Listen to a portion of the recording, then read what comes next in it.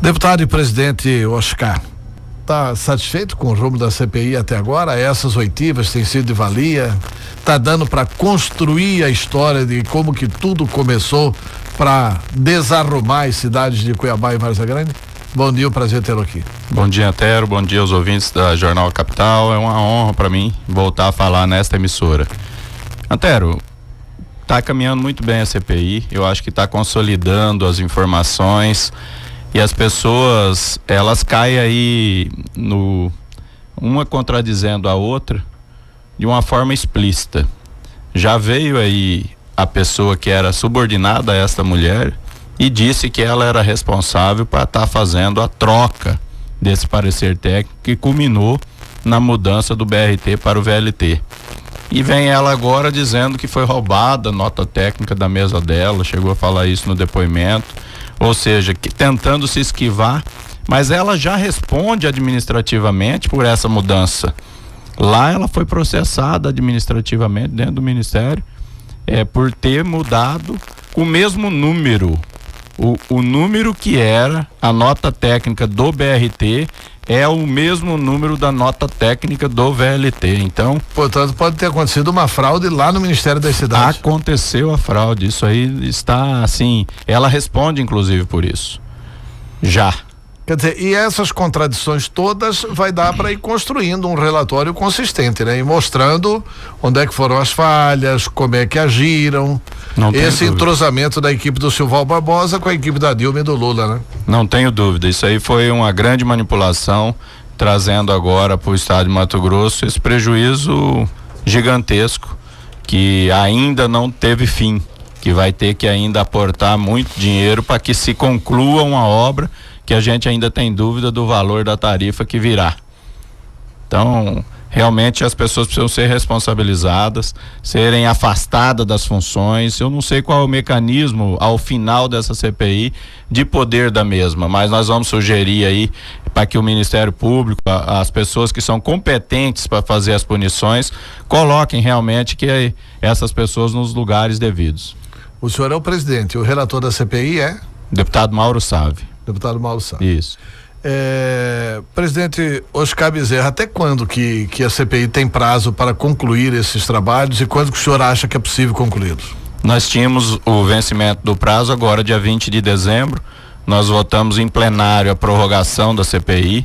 Pedimos mais 6 meses de prazo, que é o teto máximo de prorrogação. Mas eu acredito, Antero, que no final de março nós concluímos, fevereiro e março, 60 dias para a gente concluir essa investigação, que é a maior da história da Assembleia Legislativa e do Mato Grosso. Pelo menos a partir de fevereiro vão ser as oitivas mais visíveis, pelo menos, aos olhos da população, é isso? Isso, a partir de fevereiro, o Riva, que foi um grande lobista do VLT, tanto é que estava sendo condenado por os outdoors que ele colocou na Grande Cuiabá e Várzea Grande, dizendo que ele era o responsável pelo VLT e o idealizador. Se tivesse dado certo, era ele. Agora, como deu errado, ele está querendo ser isentado. Está dizendo que é o Sol Silval, né?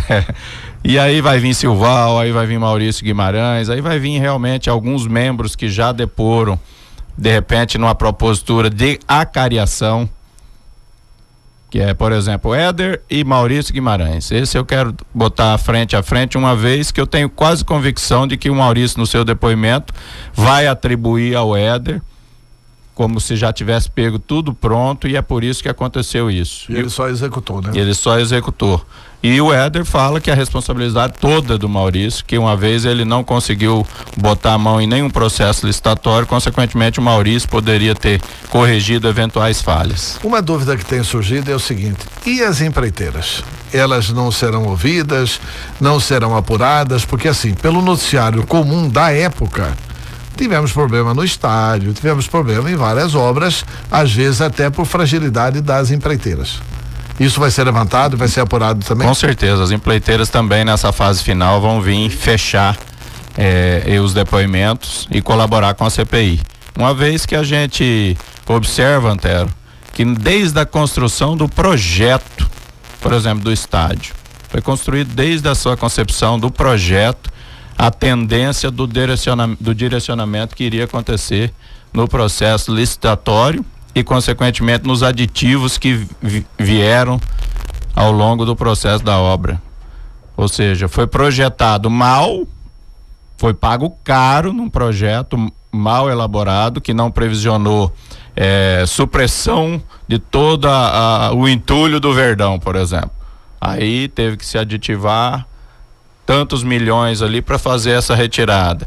Tinha um túnel dentro do Verdão que ninguém sabia, que ali não deu para fazer o pilar conforme estava preconizado. O modelo do pilar era de um modelo. Todo mundo sabia do túnel, o Verdão já existia, e já existia. Sim, o túnel lá. Sim, mas aí que tá, o projetista, como era de São Paulo, acho que fez esse projeto lá no gabinete em São Paulo, não veio aqui. Pois porque assim, a história jornalística, né? Eu não tô nem acompanhando lá diariamente a CPI, mas a história jornalística do fato é que nós ganhamos o direito de ir à Copa com um projeto que era só para reformar o estádio. Depois esse projeto foi mudado por uma iniciativa do Yuri Bastos Jorge. Alguém presenteou, aspas, né? Esse presente, o estado de Mato Grosso com um novo projeto, e quem presenteou o estado é a empreiteira que ganhou a obra. Quer dizer, a lei proíbe quem faz o projeto fazer a obra. E teve tudo isso, pelo menos, no noticiário da imprensa.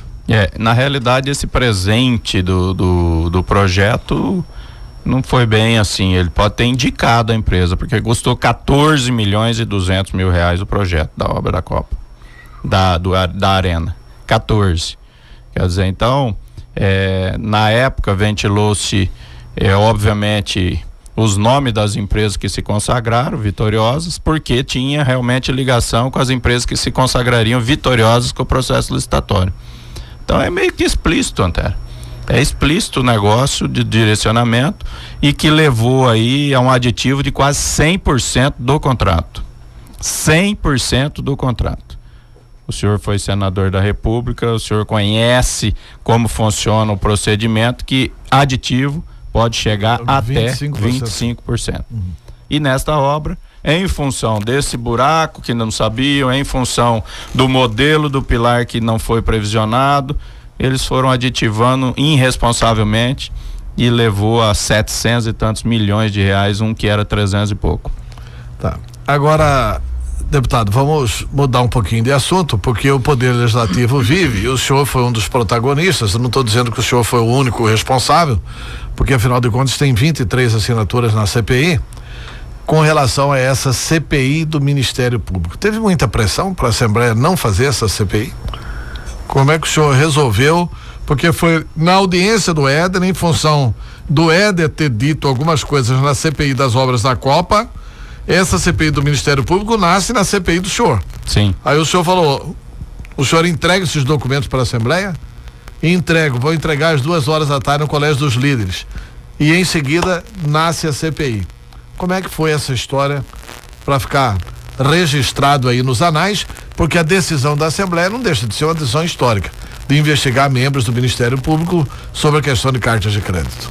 Primeiro, Antero, essa questão de pressão, se deixa pressionar quem quer. Eu não fui pressionado, até porque eu acho que ninguém teria coragem de me pressionar. O Sérgio Ricardo chamou o senhor para uma conversa, né? Certo, mas o Sérgio, não tratamos desse assunto. Ele não pediu nada para o senhor? Nada, não tratamos desse assunto.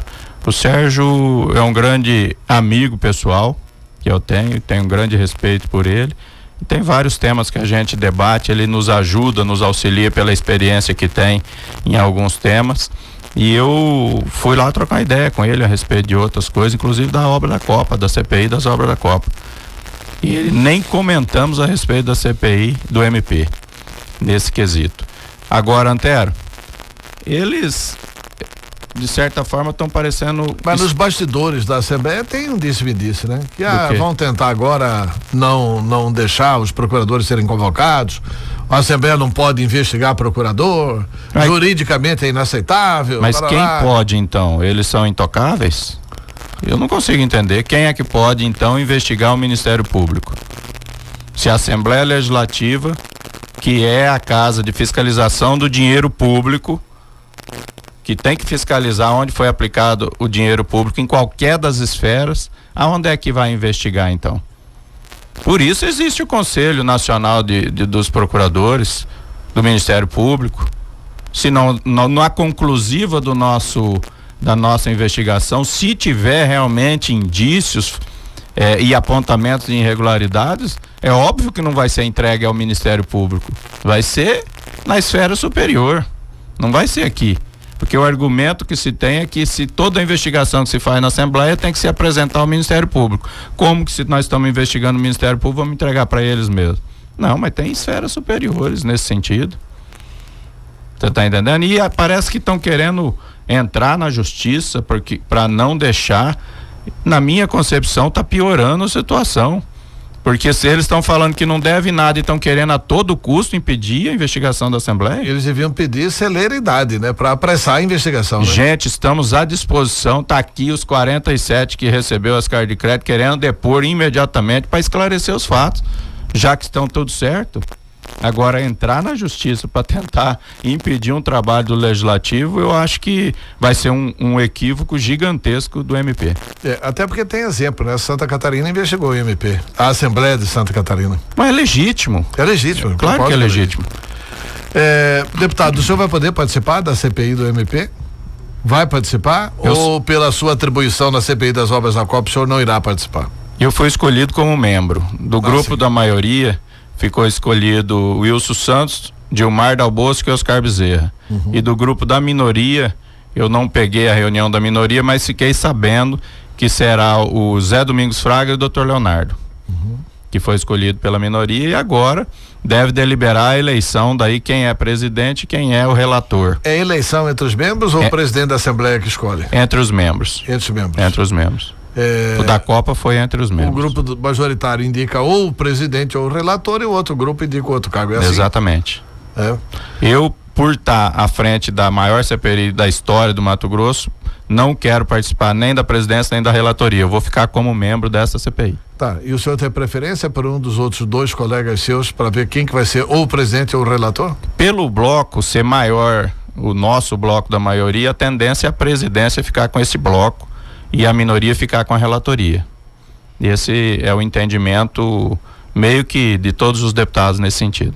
Tá, deputado Oscar Bezerra, muito obrigado pela sua entrevista, sucesso para o senhor. Como é que está o projeto da transformar em procurador autárquico, é isso, né? Isso. Os procuradores, os advogados de algumas empresas do estado de Mato Grosso.